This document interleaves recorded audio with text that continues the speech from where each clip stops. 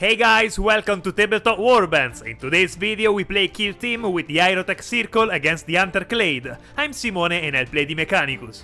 Hi, I'm Andrea and I will play the Necrons. Before we started, if you are subscribed to the channel, welcome back. If you are not subscribed yet and want to help us, join our growing community now by clicking on the subscribe button. And don't forget to activate the bell so you don't miss the next battle reports. Thank you guys! I would like to remind you that today's video story is a continuation of last month's exclusive battle report for our patrons. If you like following every detail of this story, or if you enjoy our battle reports, please consider the idea to join our Patreon. But now, let's get back to the game. Today's mission is Bridge Assault. The two Kill teams will have to deploy within these two areas. There are 5 points of interest and they are arranged in this way. Their status is marked as active. Each attacking operative will be able to perform an action to sabotage the consoles. The victory points will be assigned at the end of the battle based on how many consoles were sabotaged. Every console has different scores, 1 point for each console on the right, 2 points for each console in the middle, and 6 points for the console on the left. The sisters have found an ancient technological artifact, and unable to understand how it works, they have decided to deliver it into the hands of the Mechanicus, more than happy to analyze it. However, once they got hold of the artifact, their analysis operation was suddenly interrupted by the loud alarm sound that resounded throughout the base. The Mechanicus have barricaded themselves in the control room in an attempt to resist the new incoming threat. The Hunter Clade Kill team consists of 11 models and is led by a Skittery Vanguard Alpha, armed with a master-crafted radium pistol and a power weapon. There is one member who is in charge of communications, and it's the Ranger Diktat. The team has 2 special weapons and they are in the hands of 2 gunners. The first is a Skittery Ranger Gunner with arc rifle, while the second is a Skittery Vanguard Gunner with a plasma caliber. Another special role is filled by the Vanguard Surveyor. The other members of the Kill team are 2 Vanguard Shock Trooper and 4 Ranger Marksmen. As additional equipment, I assigned a command uplink to the Diktat, a refractor field to the leader, a sense bearer to the Surveyor, and an uplinked with feed for the Gunner with the plasma caliber. After failing to retrieve the ancient machinery from the Sisters' Catacomb, the signal of the artifact led the Necrons Kill team to a Mechanicus base. This time, failure is not an option. The machinery must be recovered at all costs. The team is composed of 8 operatives. The leader of the army is a Technomancer equipped with a Staff of Light. At the start of the battle, he can take 2 Cryptek actions. To help the team, I chose Canoptek Repair Swarm and Rites of Reanimation. The second in command is an Apprentech equipped with Arcane Conduit. Then we have the Immortal Despotek. He has a Gauss Blaster and he can help the Immortals eliminate their targets more easily. As base units, there are 2 Immortals armed with a Gauss Blaster and a Deathmark armed with a Synaptic Disintegrator. To support the team, there are 2 cute little drones, a Plasma Set Reanimator that can help revive the operatives, and a Plasma Set Accelerator that can motivate the agents to do more.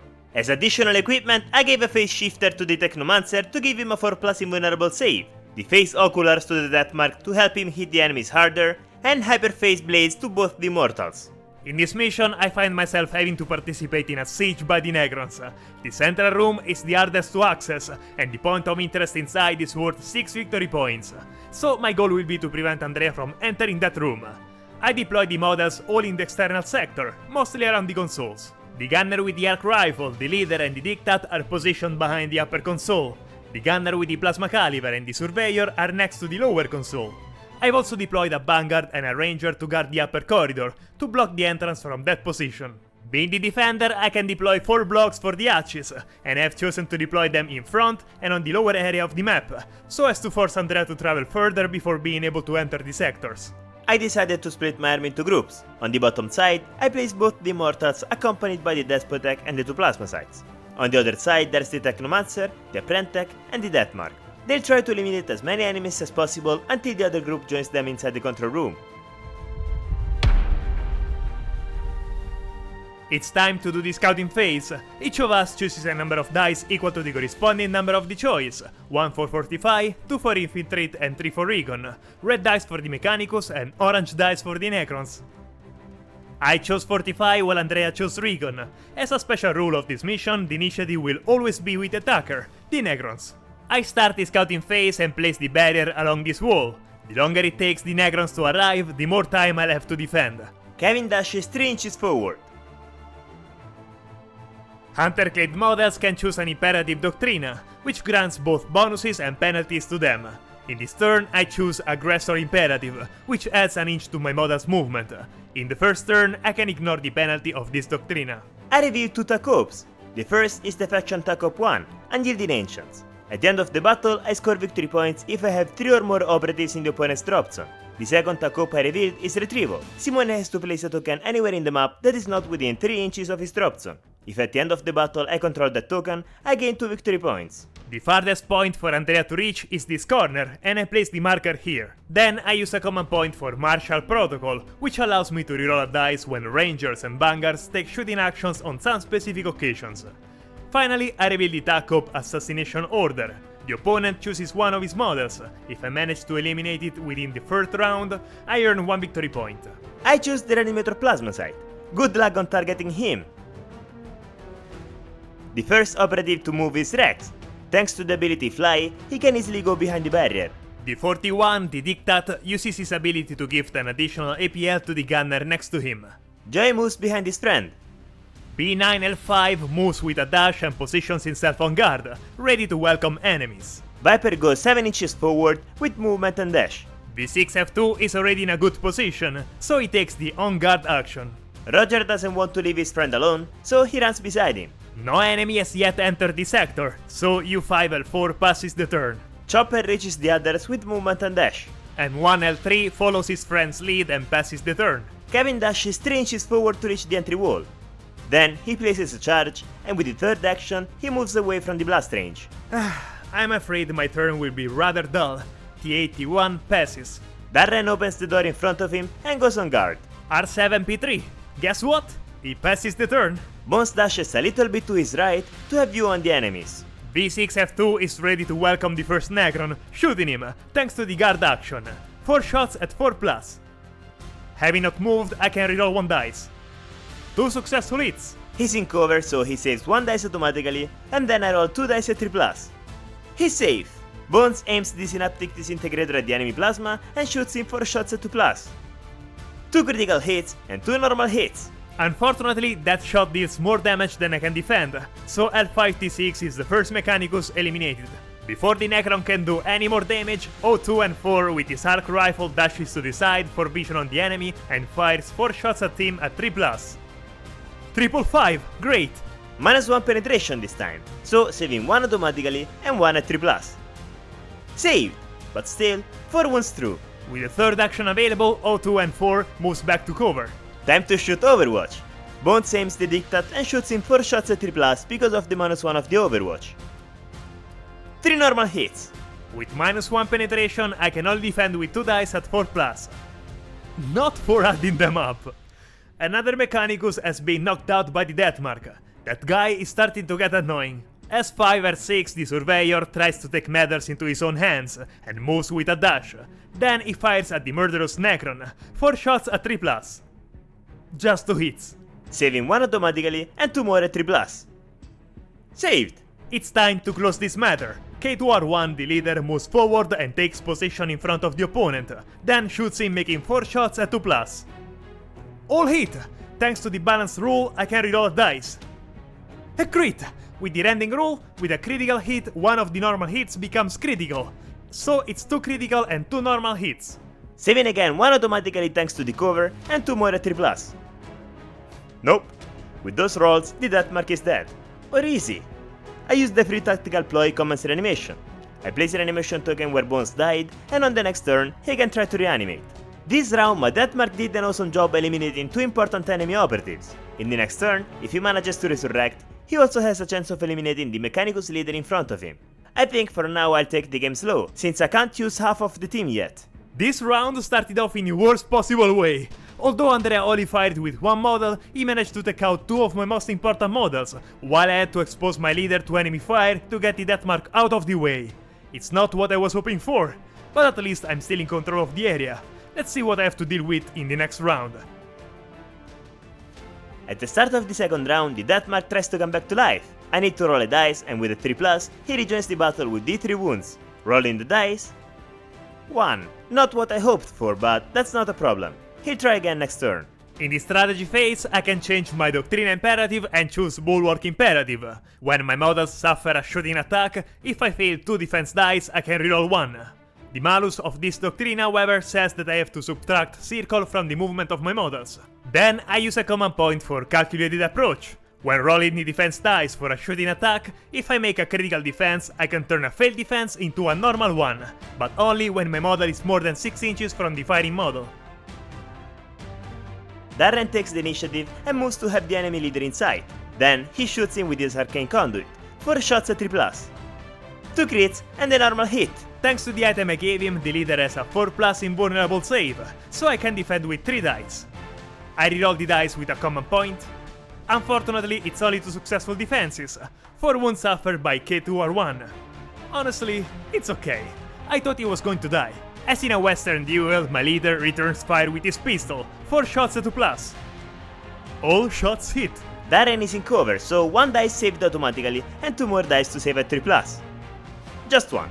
4 wounds through. With his second action, my leader moves to a less exposed position. Rex moves and places the charge on the breach point. To avoid nasty surprises, T-81 moves in front of the door and positions himself on guard.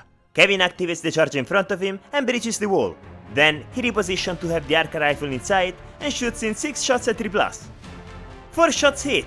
With -1 penetration, I can defend with 2 dice at 4+. Both failed, so thanks to the Doctrina, I can reroll 1. Nope, another pile of junk. And my second gunner is also living. P6F2 sees his friend being eliminated and tries to return fire at the Necron. 4 shots at 3+. Okay, now finally starting to make good shots. Invulnerable save at 4+. Just 1. Rerolling 1 with a command point. Yes! 2 shots saved. 9 wounds left to the Technomancer. Joy activates and does the action Plant Signal Beacon for 2 action points. Since the beacon is within 6 inches of the enemy drop zone, at the end of the battle I gain 2 victory points. B9L5 uses a dash to get inside of the enemy leader and tries to hit him with 4 shots at 3+. Unfortunately only a critical hit. Again, invulnerable save at 4+. 6. Great roll. Viper uses movement and dash to go over the barrier. R7P3 has nothing to do and passes the round. Chopper reaches Viper behind the barrier. M1L3, same story, he passes the turn. Roger has no space to move, so he reaches the barrier and waits. S5R6 has an intuition, something is coming down this corridor, so he moves in that direction. Kevin shoots Overwatch, but uses his ability Magnification Conduit. Each time he shoots, he can use the Apprentice point of view as if it were him the shooting operative. Doing this, I can reroll all the dice of one result, like all the 2s or all the 1s. Then, he aims at the enemy behind the console and shoots in 6 shots at 4+. Rerolling the 1, still 1. 4 normal hits and a critical hit. There is absolutely nothing I can do to defend, so I'll just remove the model. Ciao! U5L4, passes the turn. Perfect! I have eliminated a lot of Mechanicus. In the next turn, I should be able to enter the control room without risking too much. But I need to be careful. Simone only needs to defend a few objectives to win the game. Things are getting tough. Luckily for me, however, it doesn't matter how many of my models are eliminated, as I get victory points based on the points of interest I managed to defend, and Andrea is still far from reaching them with his models. I absolutely have to prevent him from entering the inner room. For the rest, I just have to resist for 2 more turns. At the start of the 3rd round, the Deathmark tries again to come back from the dead. Rolling the dice, and on a 3+, he's allowed to reanimate. 6! Yes! Rolling the D3 wounds. Just 2 wounds. Also, every wounded model gains back 2 wounds thanks to the ability Living Metal. I place Bones here with 4 wounds and then I spend 2 command points for the Strategic Ploys, Intractable March and Undying Androids. The first adds 2 inches of movement to every mortal and Deathmark, while the second allows me to retain a save dice as a successful normal save when my operatives are not in cover. The malus of my current Doctrina is too disabling, better to change. I choose Aggressor Imperative again, to add a triangle to the movement of my models. As malus, I can't get cover. Bones has a score to settle with the enemy leader, so he shoots in 4 shots at 3+ because of the injury. He's definitely angry at him. 1 crit and 3 normal hits. There you go. He likes to play with the karma, it seems. Alright, my leader was eliminated with no way to defend himself. With the second action, he enters the control room. The Deathmark has risen again, like in the game of Whack-A-Mole. B9L5 tries to knock him back with 4 shots at 3+. 3 hits. Saving 1 automatically thanks to deploy used earlier and saving the other 2 at 3+. Ouch. 3 wounds through. He's back at 1 wound. With the second action, the Mechanicus approaches the console to contest it. Rex gives an APL to the Despotech and then moves in cover. With the second action, he detonates the charge and opens the passage for his friends. It just doesn't want to die. R7P3 also fires at that mark with 4 shots at 3+. That's not enough for me. I use a command point to roll a dice. Much better. 3 successful hits. Saving 1 automatically and 2 at 3+. I'd like him to stay alive this time, so I reroll 1 with the command point. Yes! He's safe! Chopper, thanks to his 3 actions, uses movement and dash to enter the control room and shoots the Vanguard hiding behind the control panel. 4 shots at 2+. Just a critical hit and a normal hit. 2 dice at 4+ to defend. Nope, it's definitely that too. It looks like Alamo. The Surveyor fires the Despotech with 4 shots at 3+.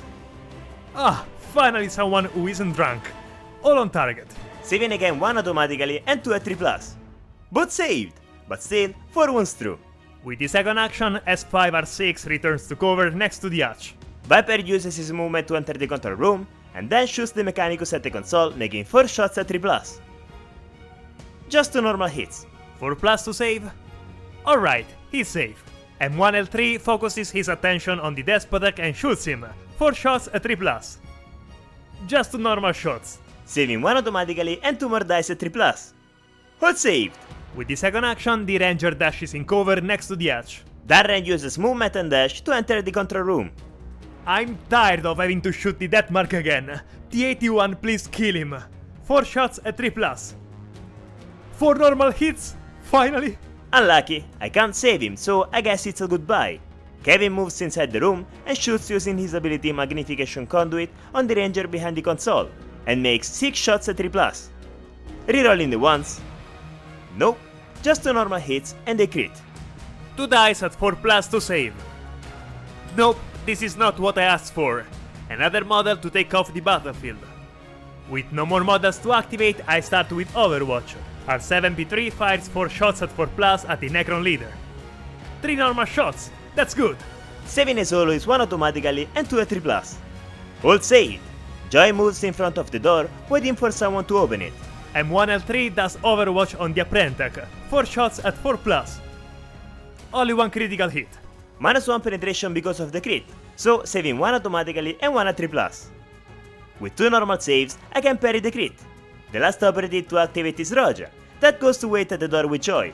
With my few models left on the battlefield, the next turn will be extremely fast and with few actions, so we'll quickly show you what happened.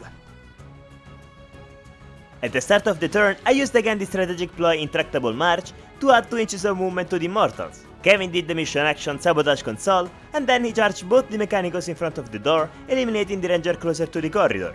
Darren sabotaged one of the 2 consoles on the right, and Chopper opened the door for the 2 Necrons outside the control room. With the door open, Roger rushed to take the retrieval token, thanks to the 3rd action given to him by the Accelerator Plasmocyte. Joy entered the control room and did the sabotage action on the console in front of him. Because of that, I managed to reach 5 victory points, and with the TAC Ops completed, I gained 6 more victory points, for a total of 11 points against the 7 of the Mechanicus. The victory is mine. Damn, I almost made it! The game ended 11 victory points to 7, but the match was much closer than you think. If in the end Andrea hadn't charged my Mechanicus in front of the hatch as a first move, killing one of them, I might have been able to block his Necrons in the corridor, preventing them from reaching the objectives. That was a good move, well done. Unfortunately, the ancient device has fallen into the hands of the Necrons. Who knows what they will be able to do with it. What a close match! I am surprised that I did roll a lot of high numbers this game. I'm not used to all this luck. Let us know in the comments who you think was the MVP of the match. Either way, the Necrons managed to recover their machinery and successfully sabotage the Mechanicus base before disappearing without a trace. Before finishing, we would like to take a moment to thank our members who have decided to support us on Patreon. And if you guys want to support the channel and enjoy an additional and exclusive battle report per month, or see your models showcased in our videos, the Patreon link is in the description. We are waiting for you on Discord. And if you have come this far, write the word knock knock in the comments to let us know. You are the best. And if you are not yet subscribed, subscribe to the channel. If you liked the video, leave a like and write us in the comments. We are always curious to know what you think. That's it, guys! See you next video!